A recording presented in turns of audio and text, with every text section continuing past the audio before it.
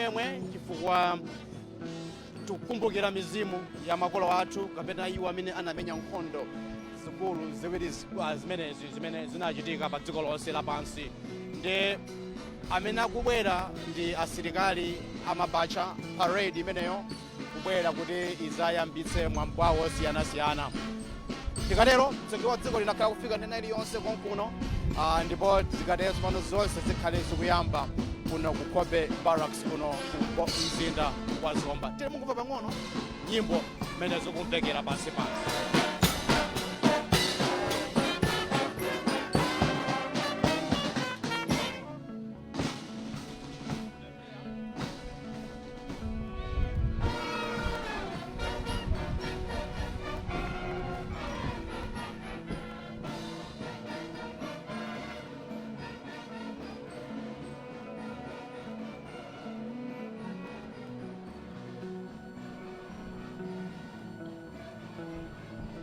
Amenewo ndi asilikali parade. Pano ndili ndi president wa bungwe limene lila Red Cross, nali bungwe limodzi limene linagwira ntchito yaikulu kwambiri yothandiza kuti mdziko muno musakhale kamena kuti makamaka asilikali amene walandira chithandizo chosiyanasiyana. Ndili ndi president wa bungwe limeneli Mr. Innocent Majia. Udindo wanu ngati Red Cross nthawi imeneyo mu 1914 1939 udali wotani? Red Cross ndi bungwe limodzi limene lidapatsidwa mphamvu pa dziko lonse lapansi ndi mayiko onse kuli anyoyo mnalemba Major amene akhale akutsogolera zochitika kuno ku Zomba kuno ku Kobe Barracks. Sendi manja maiwo kuti apitilize tibweraso nthawi inayo.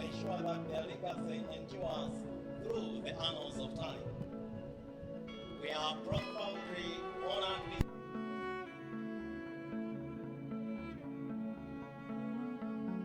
The Deputy Speaker of the National Assembly, the Deputy Chief Justice, members of the Diplomatic Corps, parliamentarians, Zomba City Mayor, senior government officials, distinguished general and senior officers of the Malawi Defense Force, heads of security institutions in Malawi, officers from various law enforcement agencies, traditional and religious leaders, as well as our esteemed war veterans.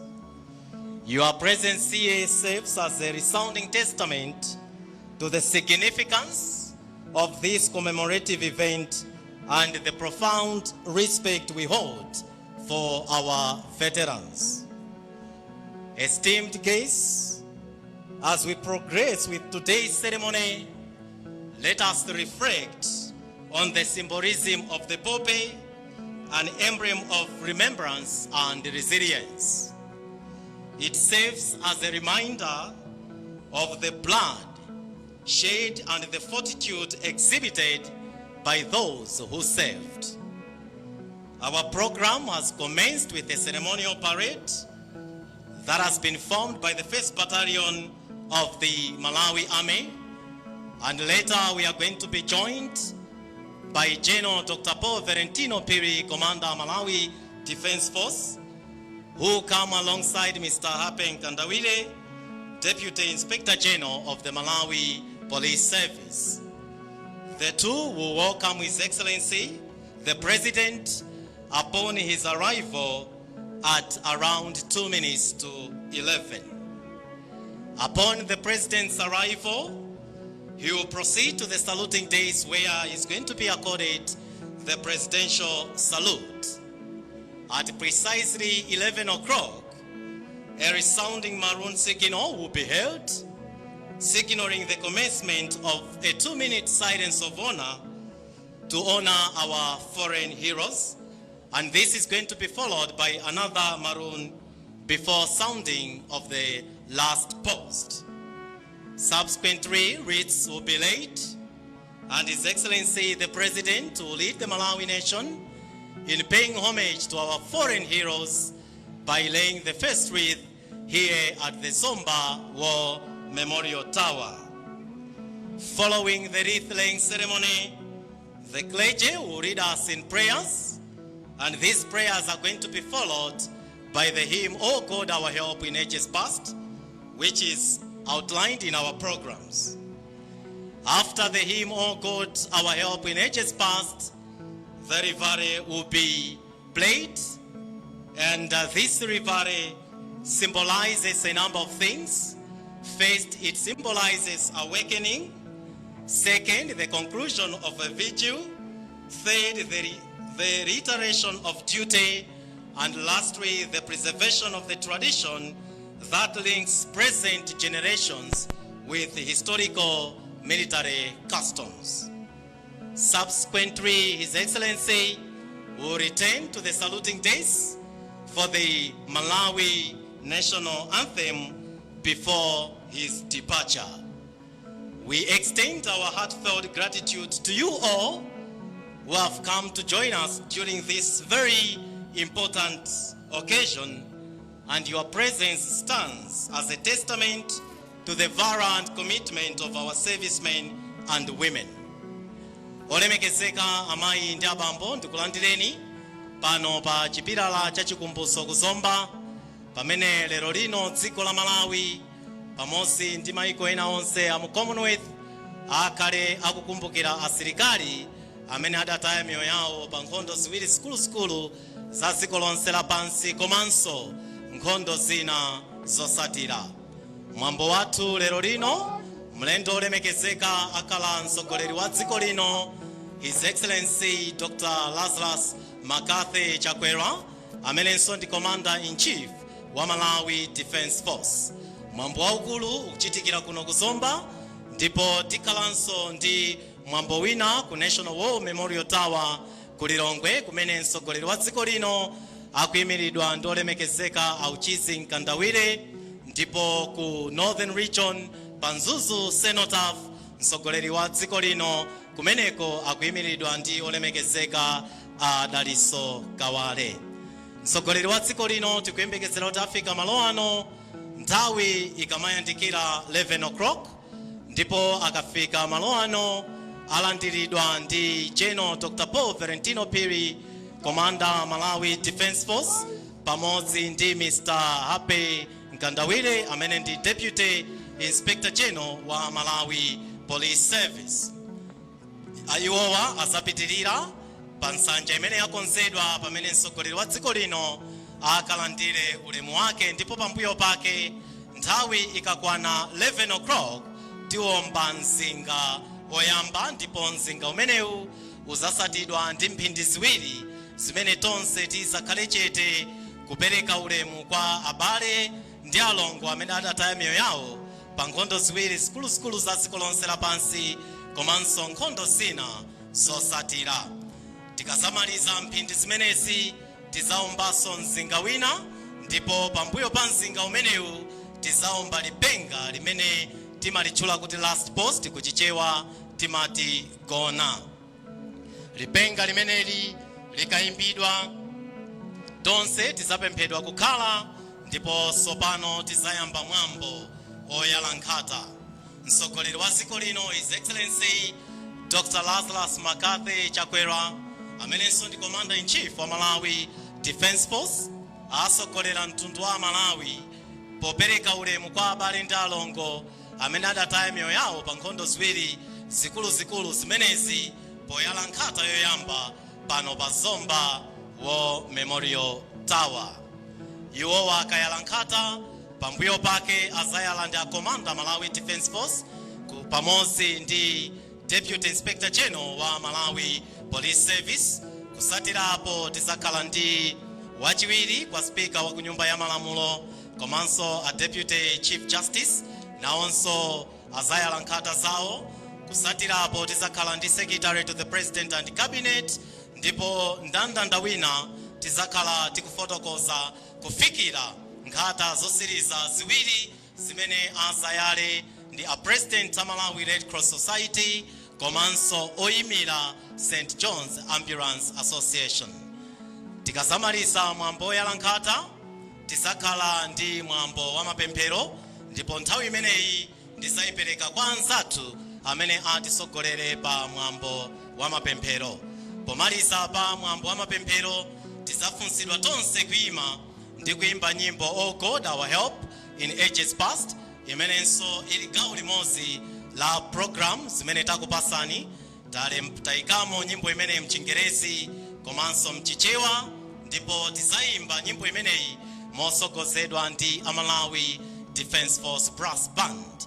Tikasasiriza nyimbo imeneyi tizaimba lipenga limene tikulitchula kuti Rivare kapena Sunrise, ndipo pomaliza palipenga limeneli mtsogoleri wa dziko lino azapemphedwa kupita pa saluting days, pamene tsopano tizaimbe nyimbo ya fuko lathu. Pomaliza pa nyimbo imeneyi mtsogoleri wa dziko lino pamodzi ndi First Lady azanyamuka malo ano kusiriza zonse zimene zakonzedwa lero lino pa mwambo umenewu okumbukira abale ndi alongo amene anataya miyoyo yawo pa nkhondo ziwiri zikuluzikulu za dziko lonse lapansi, kuphatikizapo nkhondo zina zosatira. Mundilole amayi ndi abambo ndifotokoze kuti mwambo wa chaka chino ndi wapamwambanso kwambiri, chifukwa chonena kuti pano pamene tasonkhana pa Zomba War Memorial Tower, chipilala chimenechi nthawi imeneyo kalero chinkatchulidwa kuti King's African Rifles Memorial Tower, ndipo chipilala chimenechi chinakhazikisidwa pa 15 January chaka cha 1924. Choncho kufika lero kapena kufika chaka chino cha 2024 tikunena kuti chipilala chimenechi chakwanisa zaka 100. Ndipo pamene tikukumbukira abale ndi alongo amene adataya miyoyo yawo amenewa, tikusangalalanso kuti chipilala chimenechi the Zomba War Memorial Tower chaka chino chakwanisa zaka 100. Tikaona bwinobwino tiona kuti chipilala chimenechi chinalembedwa 1914 to 1918.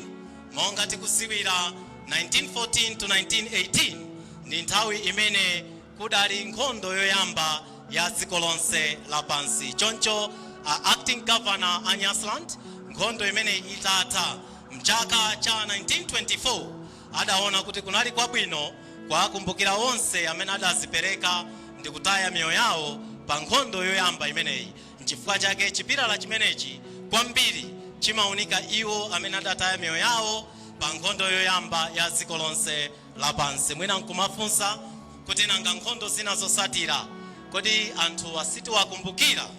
Amene timawakumbukira mkatimu mukobe barracks tili nacho china chimene chimapanga reflect iwo amene adamenya nkhondo yachiwiri ya dziko lonse lapansi komanso nkhondo zina zosatira.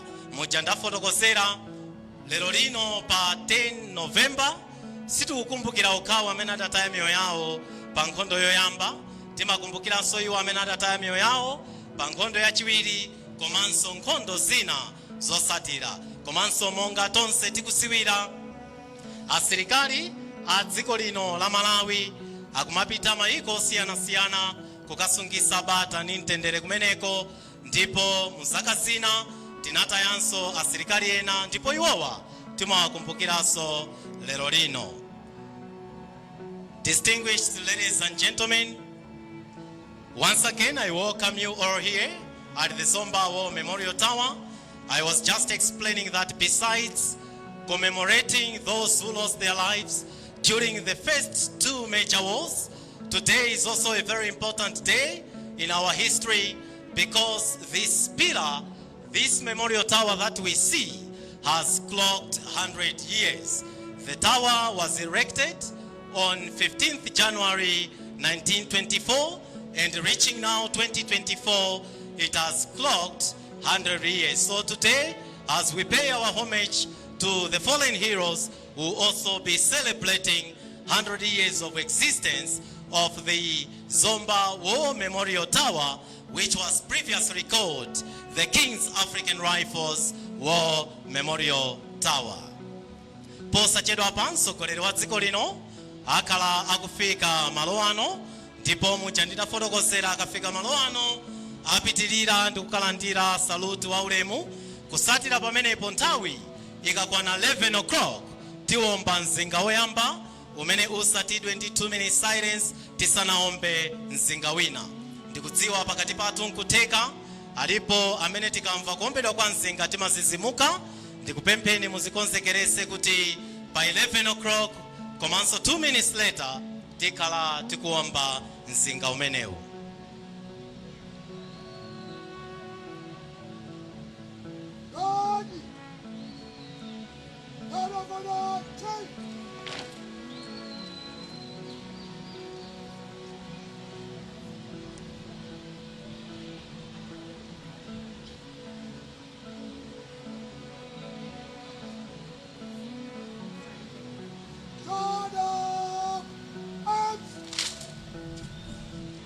Announcing the arrival of His Excellency, may we all please rise, and we are requested to remain standing until the last post.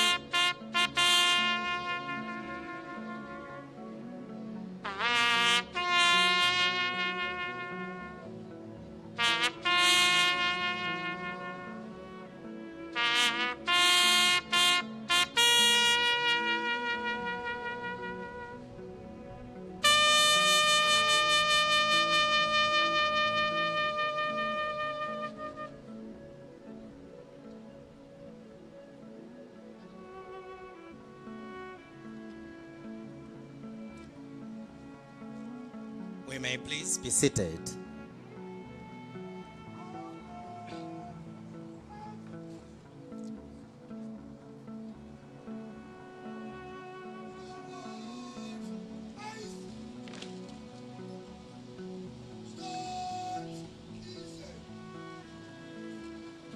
Your Excellency, Dr. Lazarus Chakwera, President of the Republic of Malawi and Commander-in-Chief of the Malawi Defense Force. Your Excellency, Madam Monica Chakwera, First Lady of the Republic of Malawi. All Cabinet Ministers here present. Honorable Madaliso Kazombo MP, First Deputy Speaker of the National Assembly.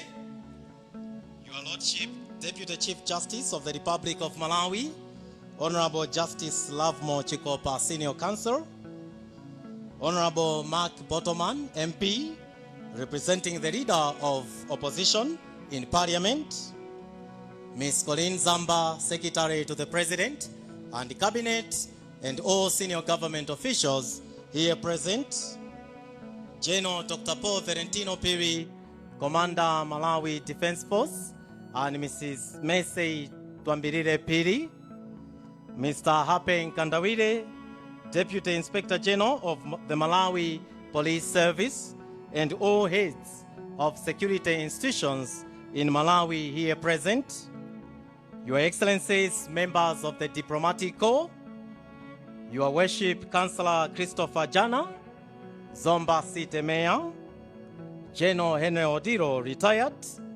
Chairperson of the Veterans and Ex-Service Members League of Malawi, and all the retired general and senior officers of the Malawi Defense Force here present, all the war veterans, members of the clergy, distinguished ladies and gentlemen. I extend a warm welcome to you all here at the Zomba War Memorial Tower on this significant occasion as we come together to commemorate Pope Day.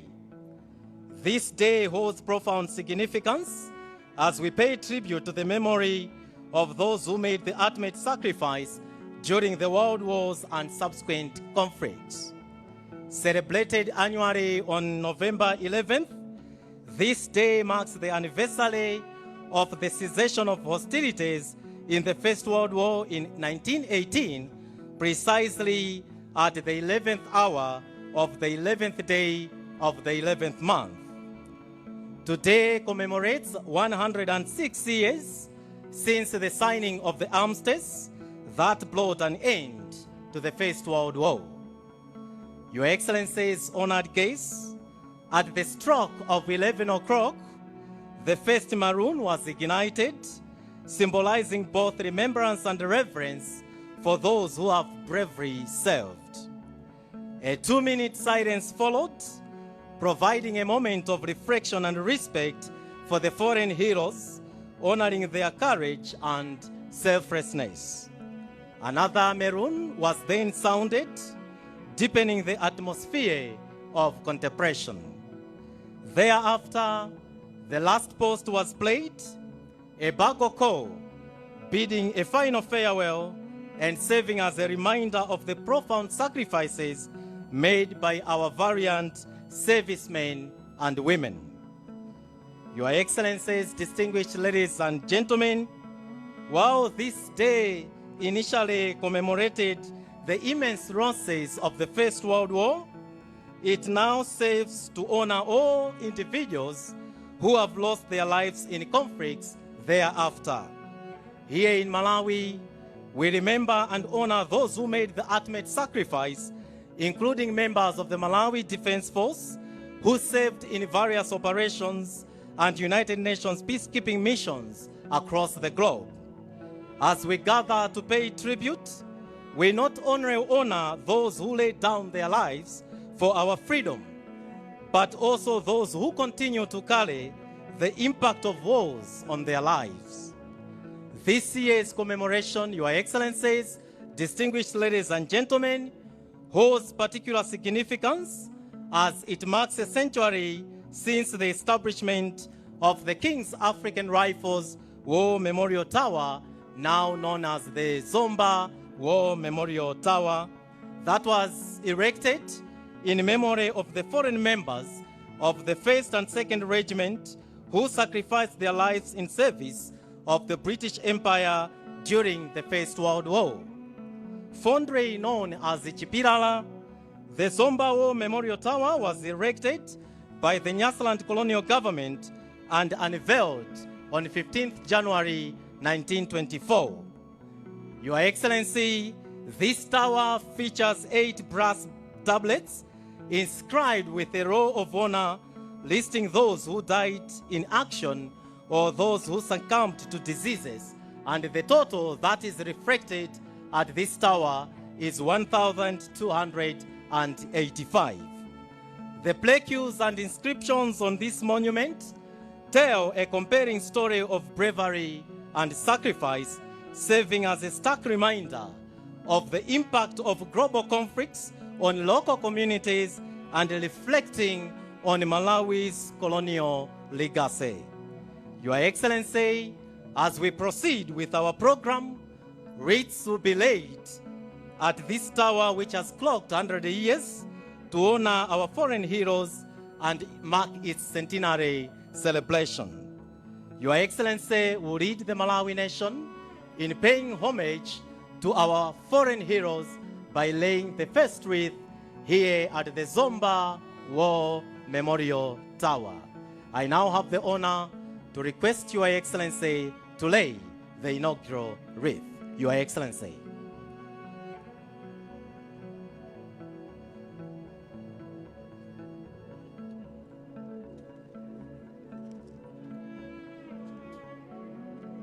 Posachedwa pa Mtsogoleri wa dziko lino, His Excellency Dr. Lazarus Chakwera, amenenso ndi Commander-in-Chief wa Malawi Defense Force, atsogolera mtundu wa Malawi popereka ulemu kwa abale ndi alongo amene adataya miyoyo yawo pa nkhondo ziwiri zikuluzikulu za dziko lonse lapansi ndi nkhondo zina zotsatira poyala.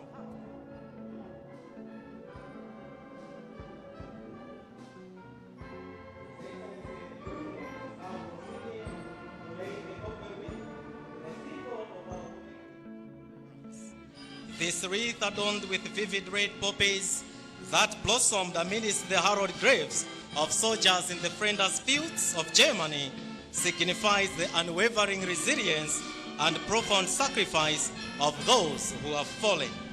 It does not only embody the blood spilled in the line of duty, but also epitomizes the enduring strength of those who uphold the legacy of our departed heroes. Each poppy serves as a reminder of a life dedicated in service to our nation, and His Excellency has placed this wreath.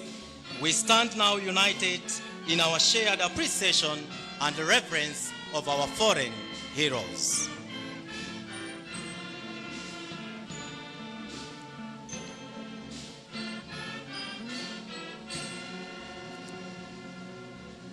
Thank you very much. We may now resume our seats. Thank you very much, Your Excellency. The laying of this wreath is not just an act, but it is also a promise that we will remember, that we will honor, and that we will strive to uphold the values for which these heroes fought. As we proceed with the wreath laying ceremony, I now humbly invite General Dr. Paul Valentino Piri, Commander Malawi Defense Force, and Mr. Happy Nkandawire, the Deputy Inspector General of the Malawi Police Service, to lay the next two wreaths, and the two will lay their wreaths together. Nkata ziwiri zotsatira tsopano amene akayale ndi General Dr. Paul Valentino Piri, amene ndi Commander wa Malawi Defense Force, ndipo ayala limodzi ndi Mr. Happy Nkandawire, amene ndi Deputy Inspector General of the Malawi Police Service.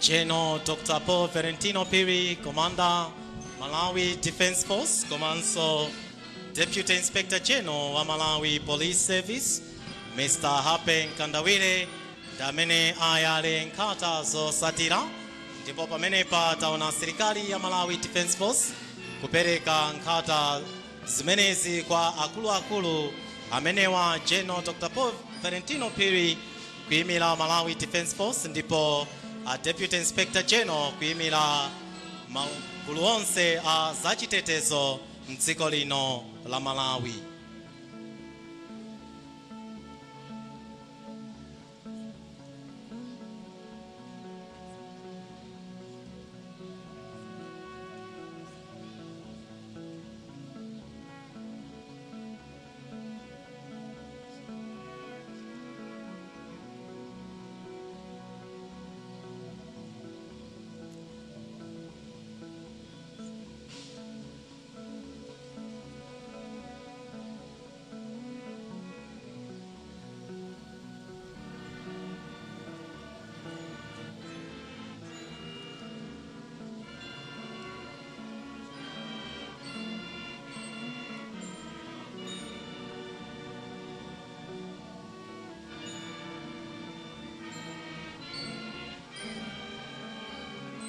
I now humbly invite Honorable Madaliso Kazombo MP, First Deputy Speaker of the National Assembly, and His Lordship, the Deputy Chief Justice of the Republic of Malawi, Honorable Justice Lavmo Chikopa, Senior Counsel. The two will lay their wreaths together.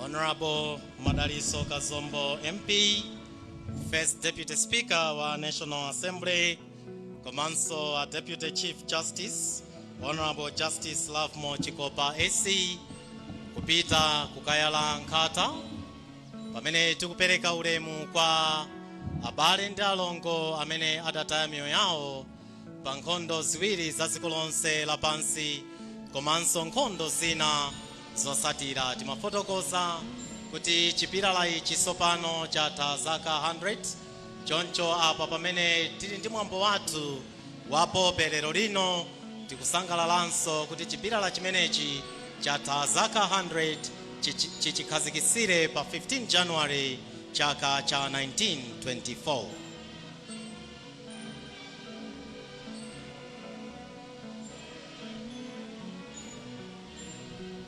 I now invite Honorable Mark Bottoman MP to lay the next wreath representing the leader of opposition in Parliament.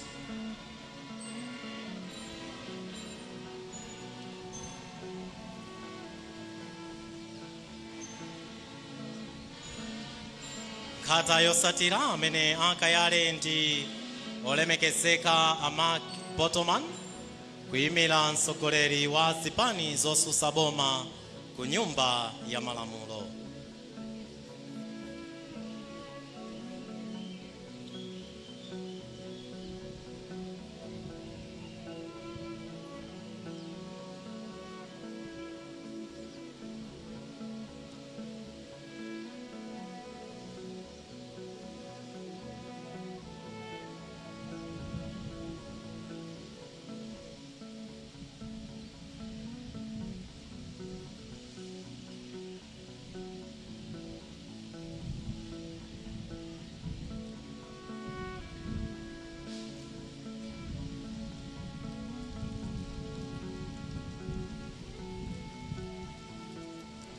I now invite Ms. Colleen Zomba, Secretary to the President and Cabinet, to lay the next wreath.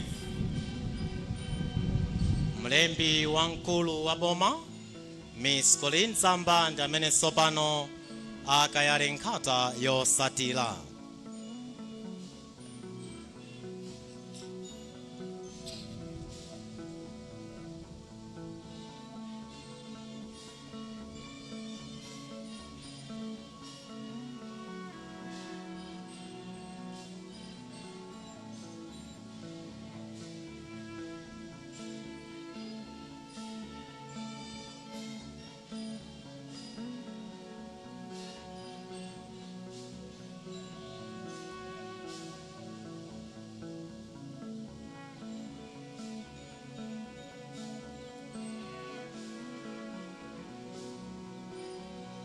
olemekezeka mainda bambo mwambo oyalankhata ndi gawo limodzi chabe la mwambo umenewu wa Remembrance. Timakhala ndi perete kuyalankhata komanso mapemphero, ndipo pamene tikupitiriza ndi gawo limeneli ndiyitane tsopano General Henry Odiro Opuma amene ndi chairperson wa Veterans and Ex-Service Members League of Malawi VELO kuti asayale nkhata yosatira. General Henry Odiro, retired chairperson of the Veterans and Ex-Service Members League of Malawi VELOM, to lay the next wreath. Your Excellencies, esteemed ladies and gentlemen, the Veterans and Ex-Service Members League of Malawi VELOM is an esteemed organization that is dedicated to providing unwavering support to veterans and former military personnel in Malawi. Its fundamental objective lies in advocating for the rights and welfare of its esteemed members, offering a range of support services, including facilitating access to health care, pensions, and other entitlements. The League plays a pivotal role in acknowledging the profound sacrifices that were made by service members and diligently strives to ensure they are accorded the reverence and assistance they rightly deserve. Nthawi ino mwaulemu ndipempha ewo veteran amenewa ndi Warrant Officer Class 2 Frank Masiano, komanso a serving soldier Warrant Officer Class 1 Evas Zinga amene ndi Regimental Sergeant Major wa 1 Malawi Rifles kusayalankhata zosatira. Iwowa ayalankhata zawo limodzi. Tikunena kuti mwambo umenewu ndi mwambo umene tikukumbukira abale ndi alongo amene adataya miyoyo yawo pa nkhondo ziwiri zikuluzikulu za dziko lonse lapansi komanso nkhondo zina zosatira. Ena adataya miyoyo yawo, ena miyoyo yawo idasintha mu njira zosiyanasiyana, ndipo ena mwa amenewa tili nawo mpaka na lero lino. Ndipo iwowa mawa uno ayimiridwa ndi Warrant Officer Class 2 Frank Masiano amene avala zaka kukayalankhata kupereka ulemu kwa abale ndi alongo amenewa. Your Excellencies, ladies and gentlemen, during Remembrance Day ceremonies, veterans lay wreaths to honor and pay tribute to fellow service members who sacrificed their lives in wars. This act symbolizes respect, remembrance, and gratitude for the fallen. Serving soldiers, as is the case now, also lay wreaths representing the unity that is there between the past and present military service. It acknowledges the ongoing commitment of the armed forces to honor and remember fallen comrades, emphasizing the unbroken line of service and demonstrating dedication to honoring the legacy of those who came and served before us.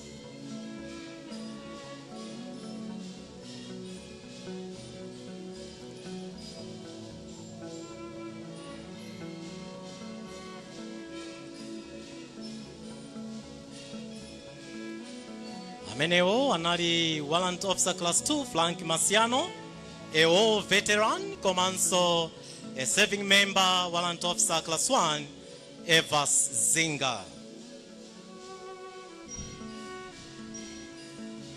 I now have the honor to invite Her Excellency Ambassador Agnes Richard Kayola, High Commissioner of the United Republic of Tanzania to the Republic of Malawi, to lay the next wreath.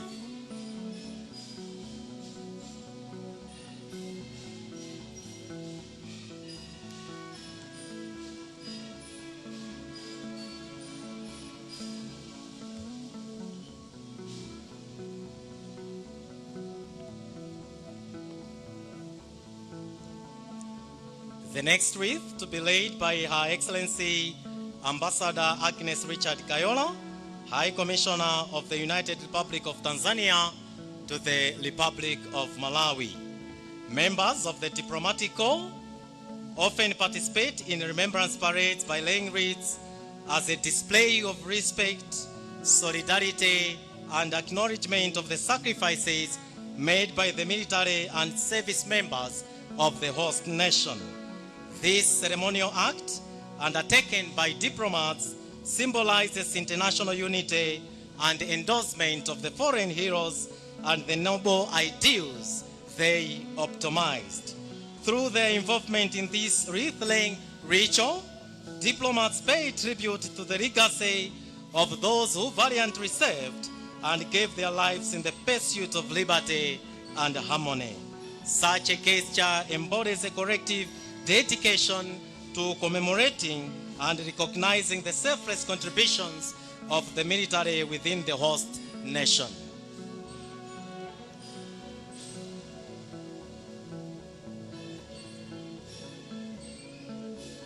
We proceed, and I humbly invite the Charge d'Affaires, Laesia Odiza Tambana, representing Mozambique High Commissioner to Malawi, to lay the next wreath.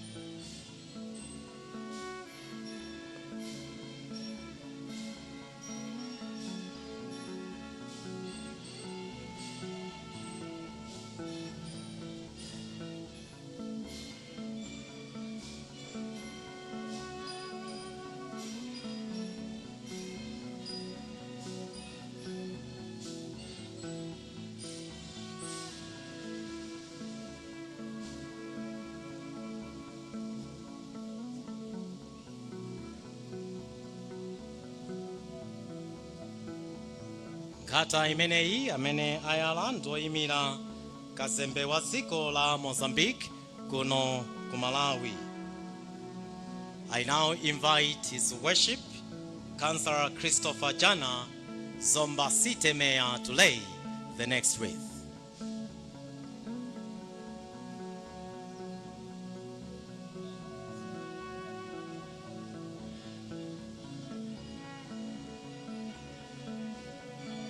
The next wreath is to be laid by His Worship Councillor Christopher Jana, Zomba City Mayor.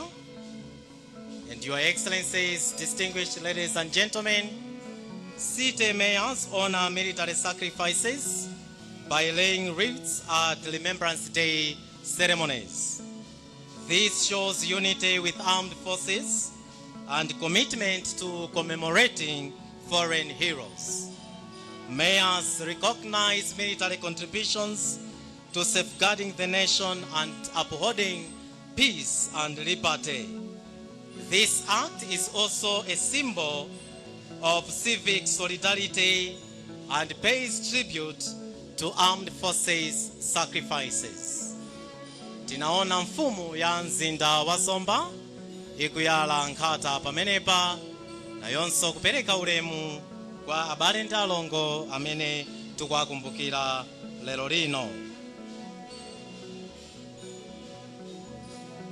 Nkhata zosiriza ziwiri mmawa uno amene ayale ndi Mr. Innocent Majia, amene ndi President wa Malawi Red Cross Society, komanso Mr. Emmanuel Sande kuyimira St. John's Ambulance Association. Awiri amenewa ayala nkhata zawo limodzi.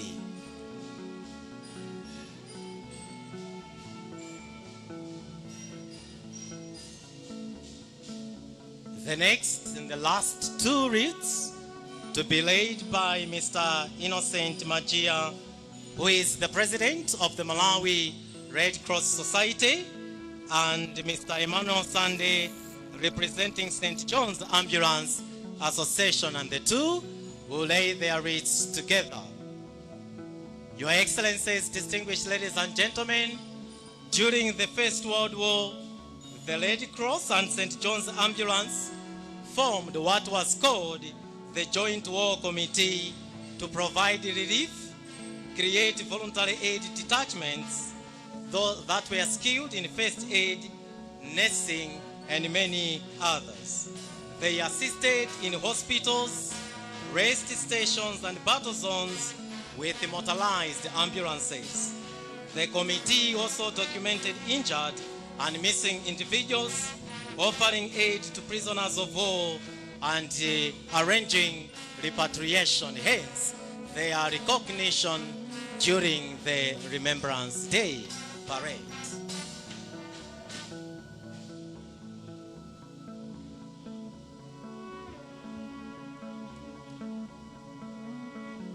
Nkata ziwiri zimene ayala amajia komanso Emmanuel Sunday zamalisa mwambo wathu wa oyala nkata, ndipo posachedwa apa tipitiliza ndi mwambo wa mapemphero. Tinafotokoza kuti Remembrance Day timakumbukira kuzera muperete, kuyala nkata komanso mapemphero. Your Excellencies, distinguished ladies and gentlemen, this marks the end of the wreath-laying ceremony and heralds the beginning of prayers and the singing of the hymn, O God, our help in ages past, as detailed in our programs. Allow me to mention that the selection of this hymn for Pulpit Day ceremonies is rooted in its profound message of seeking divine guidance, fortitude, and solace during times of adversity. Following the hymn, we are going to have the Rivare, which is going to symbolize a call to contemplation and honoring the sacrifices of veterans and foreign soldiers. I now have the honor to hand over to Bishop John Chirimsija, Bishop Evangelist Elton Kananji, Bishop Lemson Mpinganjira, Sheikh Abubakar Chidoti. All these are from the Zomba Fraternal, and Major Reverend Andrew Kamponda, who is the Army Chaplain, to guide us through the prayers. Members of the clergy. Tipemphere tichaulemu kuti kuma kuno tili pano kuikiza asilikali wathu amene akugwira ntchito padakali pano Malawi muno ngakhale kunja. Paja anthu ena amatama magaleta, ena akavala kumene, koma ife tikuwayikiza m'manja mwanu kuti awa azitchula dzina lanu, kuti akamagwira ntchito yawo chitetezo chawo chizikhala m'dzina lanu. Atate, mawu anu paja akunenanso, mukapanda kuteteza mzinda, mukapanda kuteteza dziko, otetezawo akuchita ntchito pachabe.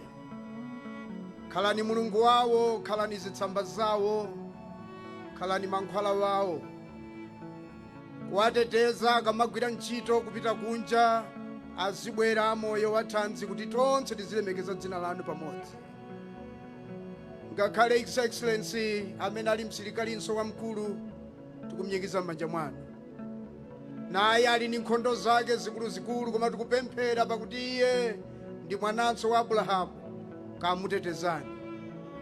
Nkhondo zina zooneka, zina zosaoneka, koma kakhala nayeni kumteteza mpaka adzamalize ntchito imene mwampatsa m'Malawi muno padakali pano.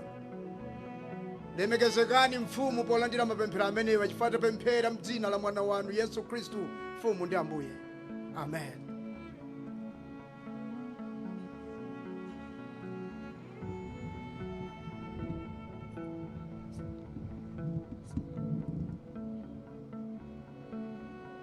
أعوذ بالله من الشيطان الرجيم بسم الله الرحمن الرحيم الحمد لله رب العالمين الرحمن الرحيم مالك يوم الدين إياك نعبد وإياك نستعين اهدنا الصراط المستقيم صراط الذين أنعمت عليهم غير المغضوب عليهم ولا الضالين آمين. Ambuye Mulungu taime pamaso pano ife akapolo anu pa tsiku la lero. Ifetu timakugwadilani ndipo timakupemphani. Taima malo anu kuzakupemphani Ambuye Mulungu, kupereka mtendere pa dziko lino la Malawi.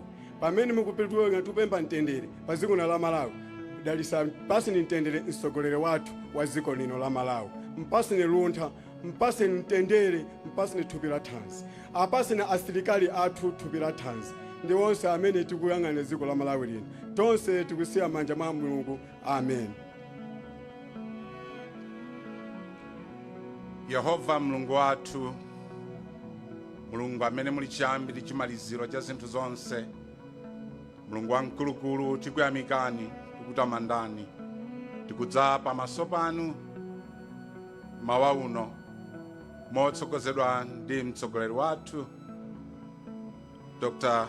Lazarus Chakwera, President wa dziko lino, mchikumbutso cha asilikali ankhondo amene adafa, adataya miyoyo yawo, katundu wawo, komanso kuvulazidwa, kulumala, kusautsika mosiyanasiyana, kuti ife tikhoza kukhala ndi mtendere umene tili nawo pano.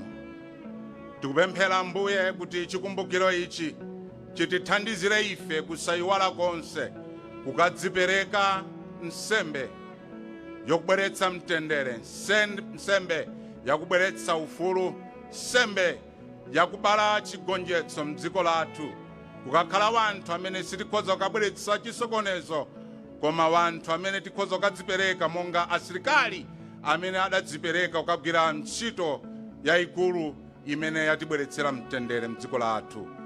Kukadziperekanso Ambuye ndi chuma chathu, makobidi wathu, kukasamalira mabanja awo asilikali amenewa pamene pafunikira kutero, kuthandizira iwo wonse amene athandiza kupereka mathandizo osiyanasiyana kuti wanthu akhoza kukakhala ndi moyo wathanzi, kukakumbukira mabanja ndi abale a iwo amene adagwira ntchito ya ikulu yotere kuti tikhoza kukhala ndi mtendere. Mwa Khristu Yesu Ambuye watapemphera. Amen.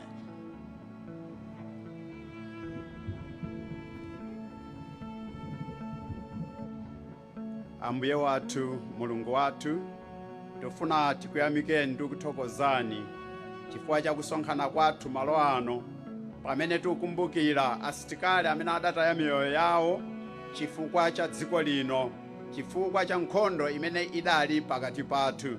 Tikupemphera Yehova asilikali awa amene akugwira ntchito nthawi ino, kuti inu mulungu mukapatsa mphamvu, mukapatsa chitetezo chokwanira, monga mmene mawu anu amanenera. Mawu anu amatilimbikitsa Yehova kuti mwatipatsa mphamvu yoponda pa njoka ndi zinkhanira, ndipo palibe china chilichonse chimene chikawononga ife. Ambuye tikupemphera kuti asilikali onse amene akumenya nkhondo nthawi ino, amene akugwira ntchito nthawi ino, muwapatsa mphamvu, palibe chilichonse chimene chikawononga miyoyo yawo, mu dzina la Yesu Khristu.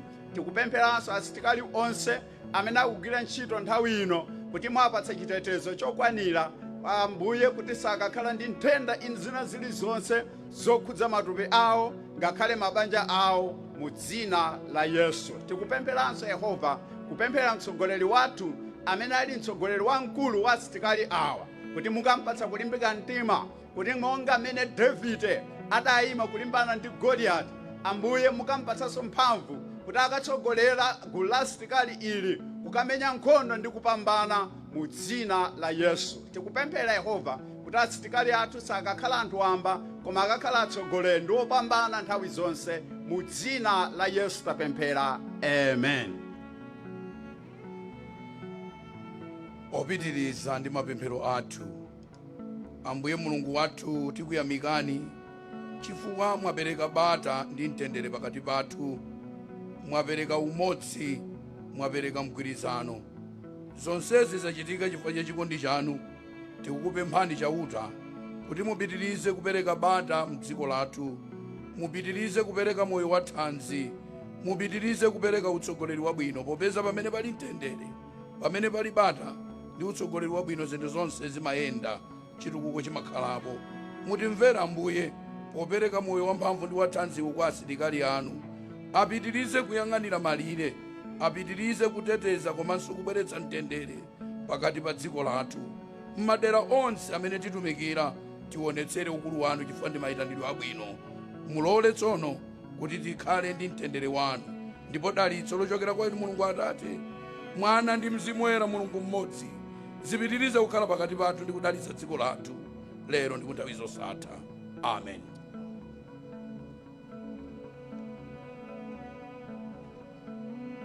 Thank you very much. Thank you very much, members of the clergy. May we all now rise for the hymn, O God, our help in ages past, which is going to be followed by the Reverie. God! God over there!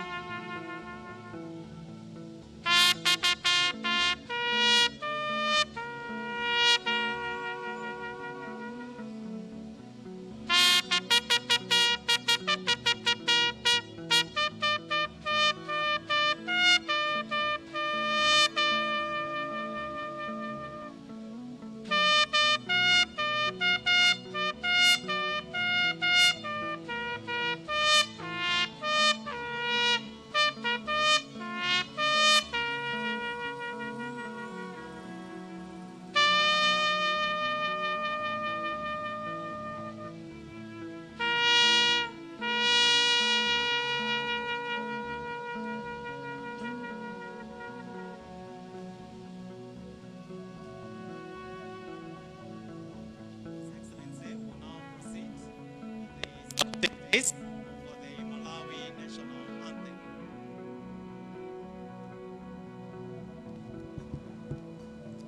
nthawi ino mtsogoleri wa dziko lino apita pa saluting days pamene kusatira kwake tiyimbe nyimbo ya mtundu wathu.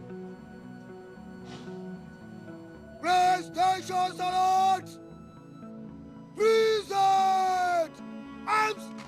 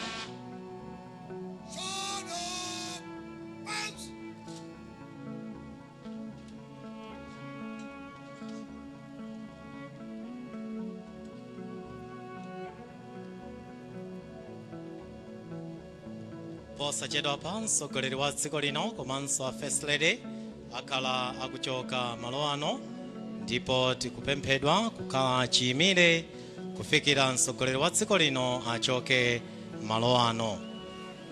Shortly, His Excellency and the First Lady will take leave, and we are requested to remain standing for the departure of His Excellency and the First Lady.